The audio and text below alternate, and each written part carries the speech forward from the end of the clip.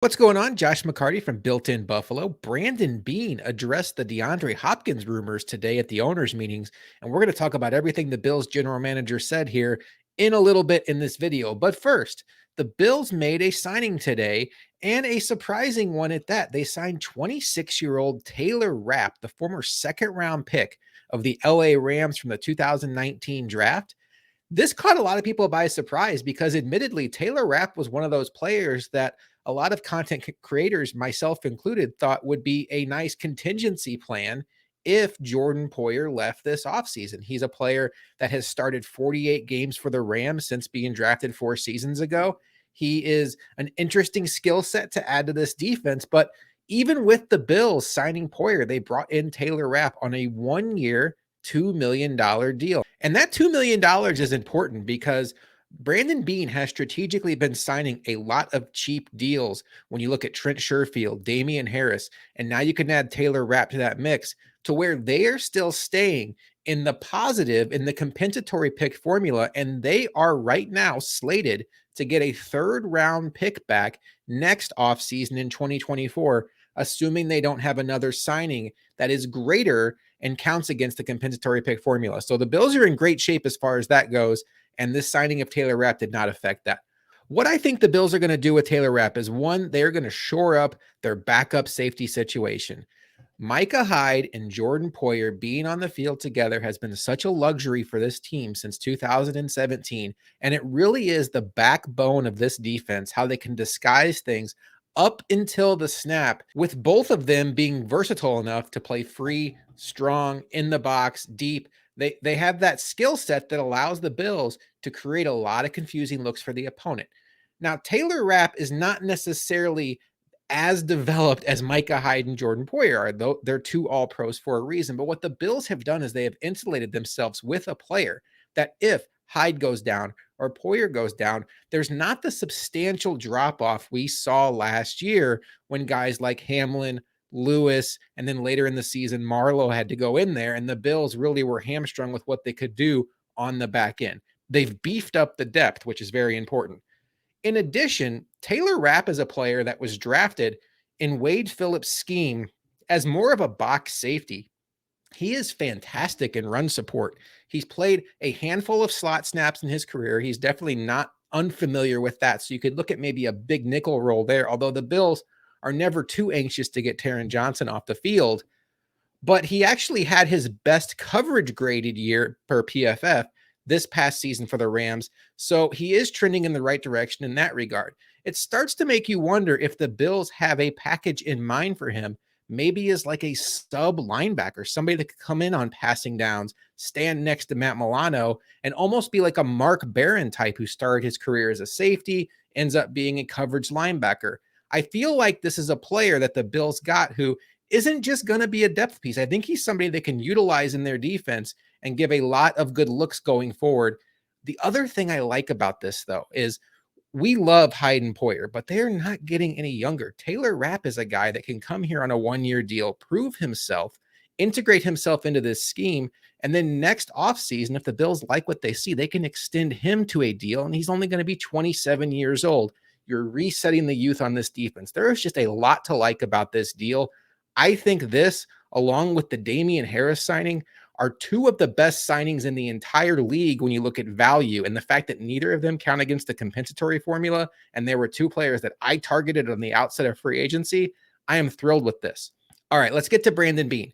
All the owners and general managers and head coaches have converged to Arizona this week for the owners meeting. So there was a media scrum today involving Brandon Beane, and he addressed numerous topics, one of which being DeAndre Hopkins. Now, look, his answer was pretty predictable when you look at what he is able to say when it comes to a player that's on another team. He said, DeAndre Hopkins is a player on the Arizona Cardinals. He doesn't have a lot of leeway to discuss that player. He would say, be careful what you read on social media.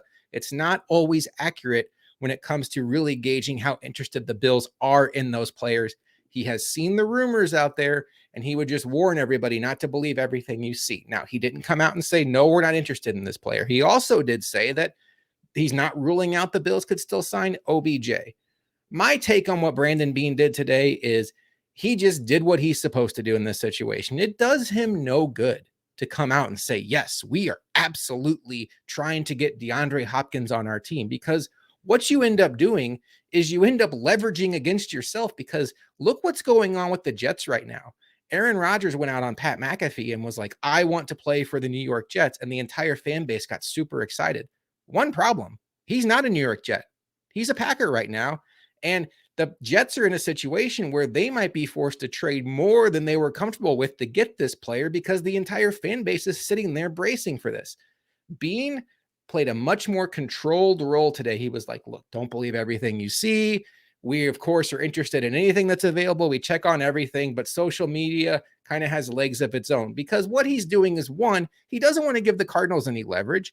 And two, that might just be the honest answer. Maybe all these rumors we've been hearing about the Bills being the front runner are just that, rumors. I would not sit here and rule out that the Bills are out on DeAndre Hopkins because Brandon Beane was coy at a press conference today. He did exactly what you would expect him to do. I would say that I do think we are going to get a resolution on DeAndre Hopkins sometime in the next couple of weeks. Albert Breer reported today that the Cardinals have given him permission to seek a trade, talk with other teams. We have kind of heard that that's been going on behind the scenes anyway, so maybe it just finally became public today. Stay tuned. I still think it's very possible that DeAndre Hopkins winds up on the Buffalo Bills if he gets traded. And that's going to be fascinating to track as this offseason goes, because he could certainly be a dynamite weapon for this team. And for more on DeAndre Hopkins, I encourage you to check out our latest episode of Bills Chat right here on this YouTube channel. We spent a good 30 minutes talking about what it could look like in this offense if the Bills are really after him, and how we feel like DeAndre Hopkins and Stephon Diggs could coexist. Please check it out. We would very much appreciate it. One last piece of Bills news today. Adam Schefter reported that Jordan Phillips was in Buffalo for a visit today. And that's interesting because the Bills are down a player at defensive tackle. They only have 4 on their roster right now that are really noteworthy. So bringing back Phillips on a cheap, less than $2 million a year deal that also will not impact the compensatory formula seems like a good idea to me. Now, I don't think Jordan Phillips is a great player. I think he has flashes. Unfortunately, he is a player that has struggled with consistency when it comes to effort. And since 2019, he has really struggled with the injury bug, has had a hard time staying on the field. You saw it last year when he was essentially playing with one shoulder down the stretch and was a shell of himself. But look, for a league minimum contract, if you can unlock the best of Jordan Phillips and pick his spots, there are moments when he looks dominant. And you just have to hope that for a minimum salary, maybe he picks the right moments to be dominant and it becomes something special for this team. I never wanted the Bills to go into 2023 counting on Jordan Phillips. But at this point, signing him to a modest deal sounds like anything you get out of him is a bonus. I'm much more comfortable with that. I do think the Bills still do have a need for a backup nose tackle, because we saw how badly this defense fell off when Daquan Jones was out in the playoff game against the Bengals.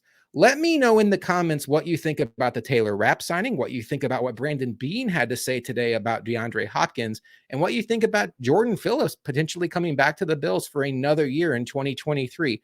Please, please, please do not forget to like, comment, and subscribe. It helps us out so much as we are continuing to try to build this YouTube channel and be your one-stop shop for all things Bills news. With the owners' meetings going on this week, I think there's a chance we get some more news this week. I will have my ear to the ground on all of it, and if anything breaks Bills related, I will be right here to talk about it on this very channel.